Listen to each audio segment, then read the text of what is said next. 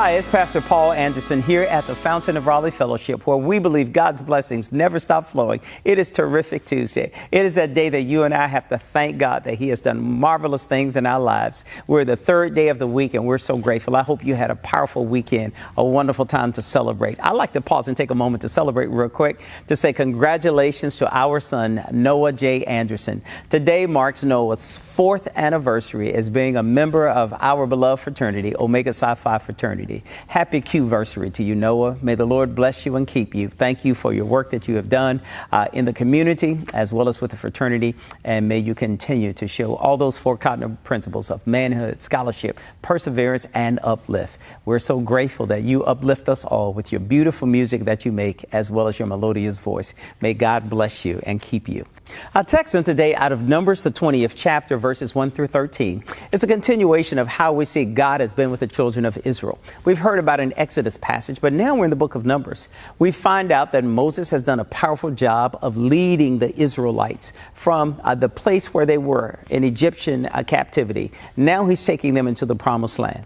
And as they're moving and making their way into the promised land, there's certain things that have happened into the community. They are now in the wilderness of Zin, and they've camped at Kadesh. It is now where we see that Miriam has died. Now, Miriam was very important to all of them, and can't you understand what must be going on in the life of Moses? What's going on in the life of all of those who've been around them?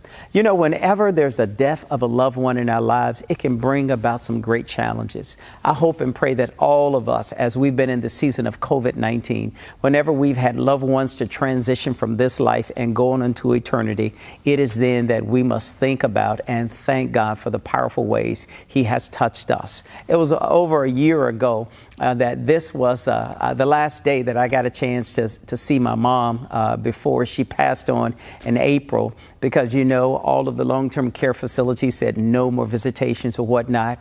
And whenever we're separated from our loved ones, it brings about a certain level of grief, a certain level of other things that we have to deal with. So now here in the text, we see that Moses is dealing with his own personal grief, but now he gets the grief from the rest of those who are with him. The people began to say to him and rebel against him and said, Moses and Aaron, there is nothing for us to drink. It would have been better for us to have died in Egypt. And so now they're comparing their contemporary situation of freedom back to one where they were slaves. It's amazing how you and I do that sometimes.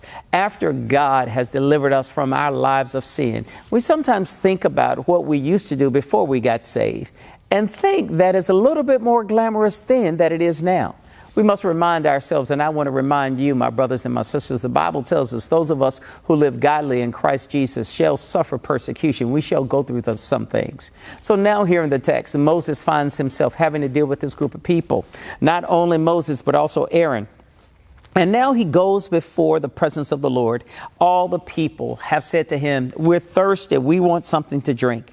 So Moses now gets Aaron. They go before God, and God tells him, Moses, I'm going to bless you and the people with water. I want you to strike the rock. I want you to just go and touch the rock, and water will come from it. And so guess what? Moses does what God has called him to do. Moses goes forth before God and before the people. He holds up his staff in his hand, the same staff that he used to part the Red Sea, the same staff that he used to do so many other things with.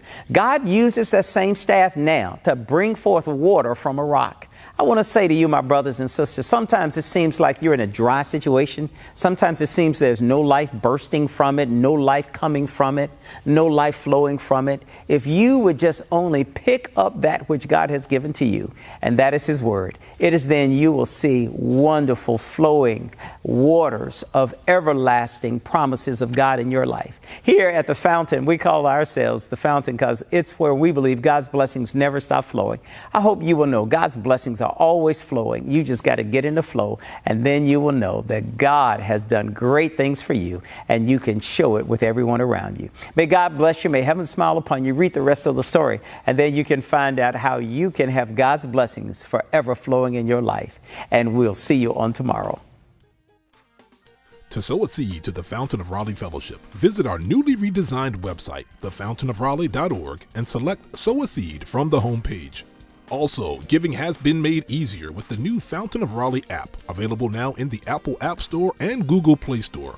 Download today, select Giving from the main menu, and then follow the directions to complete your giving through Subsplash.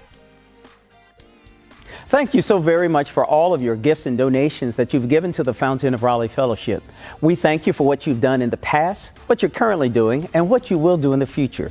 Your gifts and donations helps us to spread the gospel of Jesus Christ, not only locally, but throughout the world. Thank you again for your gifts, and may God continue to richly bless you. It is here at the Fountain that we believe that we are exceedingly and abundantly blessed, and may you receive those blessings that God has in store for you.